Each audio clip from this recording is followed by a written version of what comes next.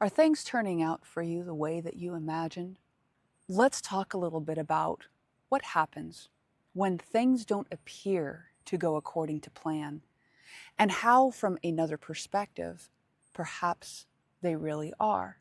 Through this conversation, I imagine that you're going to have some key opportunities to shift from a judgment-based reality into a reality in which you're having a lot more fun with what's going on, both inside and outside.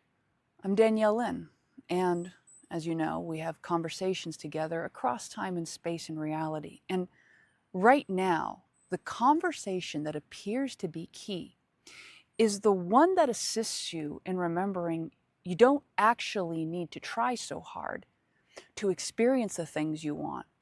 So to start, I'm actually going to use a bit of an analogy. So there's this common trope about the bridezilla, the bride who is so intense because everything needs to go perfectly.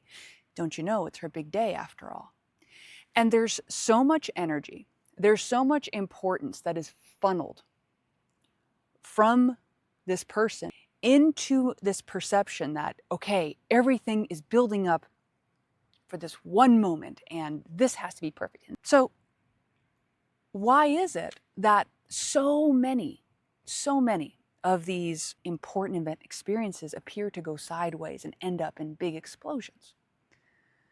The answer here is the amount of energy that is placed in attempting to control the outcome, and additionally, the expectation a person has for fulfillment in this precise configuration of how the outcome will result in grandness in their reality. I'm using the example of brides as one of the outlets, but it's not really relegated just to them.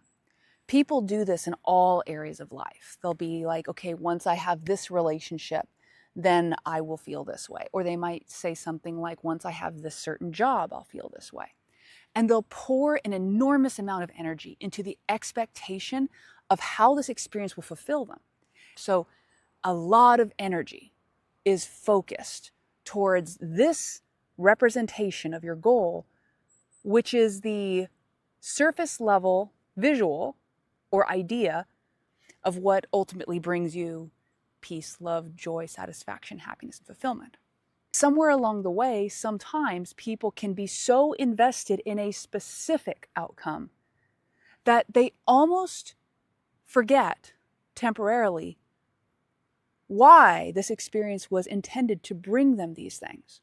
If even a small bit of it goes to the side, that enormous amount of pressure and expectation that was wrapped up in this can sometimes set off a seemingly energetic explosion or implosion of feelings. Oh, it didn't turn out the way I wanted, or this didn't go that way, that didn't go out that way. What was it for? That was my one chance. And then, boom, the bottom falls out. When we create with an expectation to a specific outcome to fulfill a feeling or an experience we can have inside, we inevitably are setting ourselves up for an obstacle course that often lands in disappointment. Because in this configuration I'm describing, we are delaying our sense of enjoyment for a perceived future where we consciously or unconsciously direct it to feed us back the energy we want to feed. And then if we arrive at that point and it doesn't match up with our internal reality, disappointment. One moment, this tree is like super friendly right now. To be fair, I'm kind of standing in the middle of the tree. It's like giving me a back rub while we're doing this. The shift that you could make in your reality around going all in with something while not placing too much importance on a specific experience would be adjust where the energy is being placed into. An invitation you could consider is, rather than placing your expectation on a specific configuration of how your enjoyment must play out, instead consider placing the expectation that this is going to be an incredible experience. I am going to have a lot of fun. I am choosing to move in this direction for this experience, and I am confident that however things turn up along the way, they will continue to bridge me to experiences that I will enjoy, whether or not I fully expect them to turn out the way they do. And you see, this example could then be matched with, let's say, a different bride who has the expectation of having an incredible time and celebration, has certain plans, but if things go sideways, instead of being upset about them, having a laugh about it, playing with it, rolling with it, giving it her full attention without making it more serious than it is.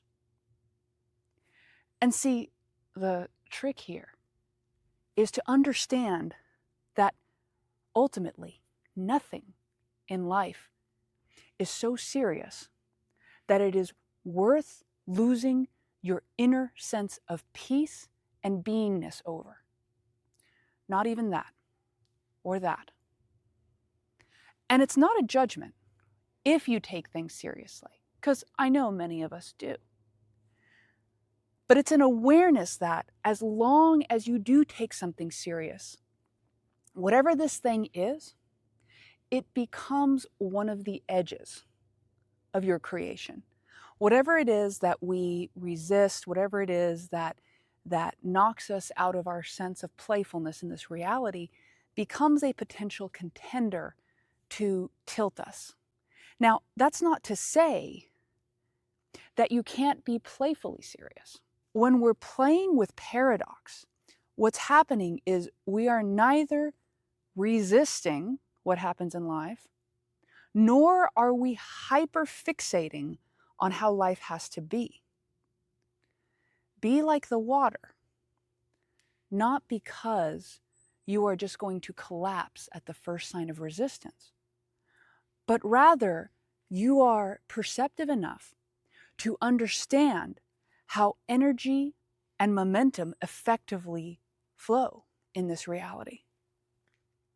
And as I mentioned before in a video, this is remembering about the know when to hold them, know when to fold them principle. Understanding when to take action, when to rest, when to stand strong and when to allow. It's not favoring one or the other because you ultimately have nothing to prove. In the state of flow, you've moved beyond a need to prove anything either to the world or really even to yourself or another. You are simply being in the flow. And so how things show up become the material in your inner laboratory to experiment with. And because you are taking an approach of experimentation with it, instead of having your energy wrapped up in fighting inner or external stories, you have much more energy to be curious, decisive, actionable, peaceful, playful with. And so much of what I'm describing is less about here's the way you have to do all the things. It's more about here are some ways that are open to you to reframe the way you're perceiving reality that allow you to have your unique experience while simultaneously being able to meet whatever emerges without attempting to resist or change or force or move or plan for every single contingency that exists because it's not required. I share that ultimately I perceive us as a unity consciousness. And just like within ourselves, we have multiple parts. We have parts of ourselves that are peaceful and parts that are intense, parts that are playful, parts that are angry, parts that have all sorts of energies. And in a similar way, as inside, so outside, as above, so below, we can see this drama play out in the world around us as well. And I reflect to people, what is happening right now? Right now, it's an invitation to go, I am co-creating momentum, not only in my personal life space, but in this collective life space. So what contribution is the most resonant for me to make right now? Not from a place of necessarily being reactionary, but from a place of being authentically responsive. The thing that you can check with yourself, whether or not it's the authentic path for you, is, do you feel a sense of obligation or duty in doing it? If so, maybe that's an invitation to check your beliefs around that. Because from my perspective, all these things get done. The world does get taken care of. There are enough people to go around that if everybody is living in their authentic frequency, the carers will be caring, the builders will be building, the imaginers will be imagining, those who work with their hands will work with their hands. What I'm suggesting is, if you believe there's a job that needs to be done, but it feels force-based to you, perhaps that's not your job. And even if you don't currently perceive others stepping up to that role, it is my perception that we are a naturally self-organizing system, much like the cells in our body. And it's only our insistence on resistance that makes it appear to be difficult at any given time. But even then, if you find yourself in resistance, no shame or blame. Sometimes that's part of the fun. Sometimes we pull things back and feel the resistance to let it go and snap and see the momentum go forward. Rather, as you might know, at any given moment, what you are being invited to is at this present moment. You can ask yourself, if I'm making choices from my deepest empowerment, the best way I know how, at this juncture in time, at this moment across time and space, what would I prefer focusing on and doing? And if the image that comes to your mind is something about relief or not feeling pain or whatever, that's fine. Come again to the present moment and say, okay, well then what is my step to take now? And if the feeling comes up, oh, but there's a lot of pain, there's no time, or there's this, you can thank yourself and come back to the present moment and say, if there is a way, and if I can allow myself to believe that perhaps there is a portal and I've just been so focused in this current energy that maybe it hasn't been apparent to me yet, what might it look like? What is one small tweak I can make to my normal pattern today that might allow a window to open up that's always maybe been there, but up until this moment, I may not have noticed because my attention had been focused here. And this kind of inquiry, this playful inquiry, is one of the ways that you can pattern shift with yourself when you feel ready to shift from a way that you don't prefer into ways that allow you to bridge from this moment to your next most resonant moment, to your next most resonant moment. If you find yourself resisting or pushing, or it feels like a lot of effort, ask yourself, what's the most energy effective, lazy way I could do this? Get playful with it. If I have been efforting this whole time and I haven't gotten results, maybe it's not about efforting. Maybe I just stop efforting. So people go, but if I stop, everything will fall apart. Well, if you're not liking where things are right now, maybe the things falling apart will clear the way for you to see what lies beyond all the structures that were there to begin with. Now, again, to be very clear, I am not making any suggestions to have things fall apart in your world. I am offering the perspective of structures of belief systems when they shift. When we breathe our visions into reality, it's much like a seed coming out of its shell. When the seed is in the shell, it's protected. It can last sometimes for like hundreds or thousands of years.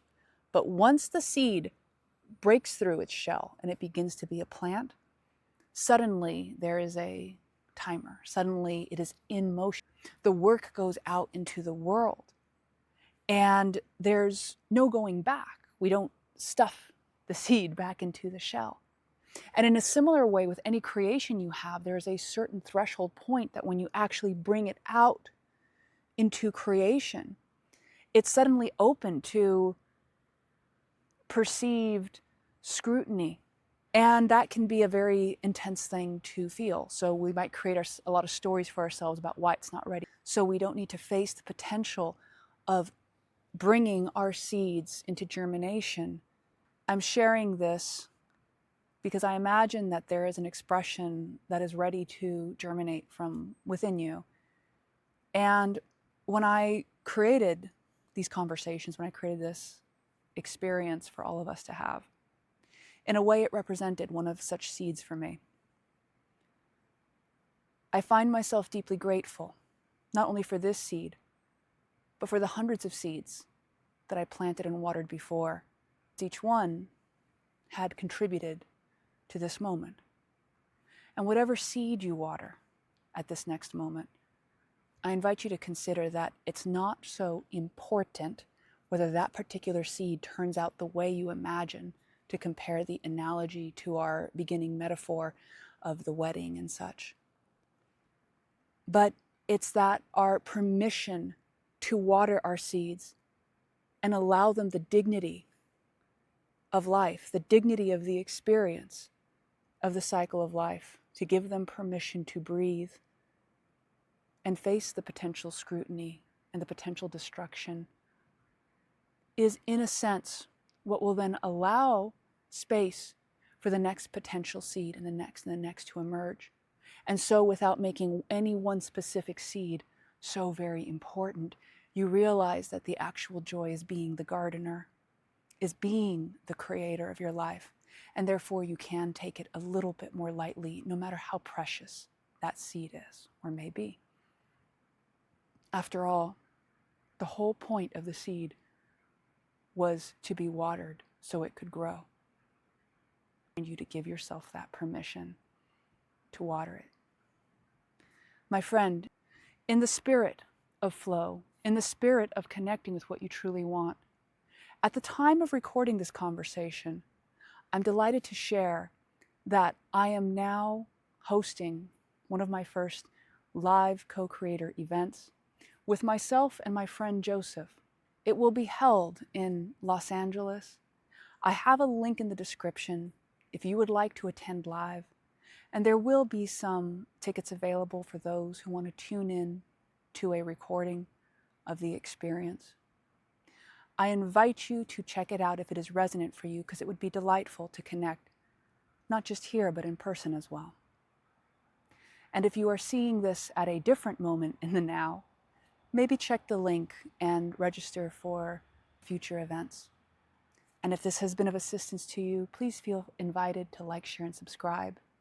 And in all cases, I look forward to our next conversation together.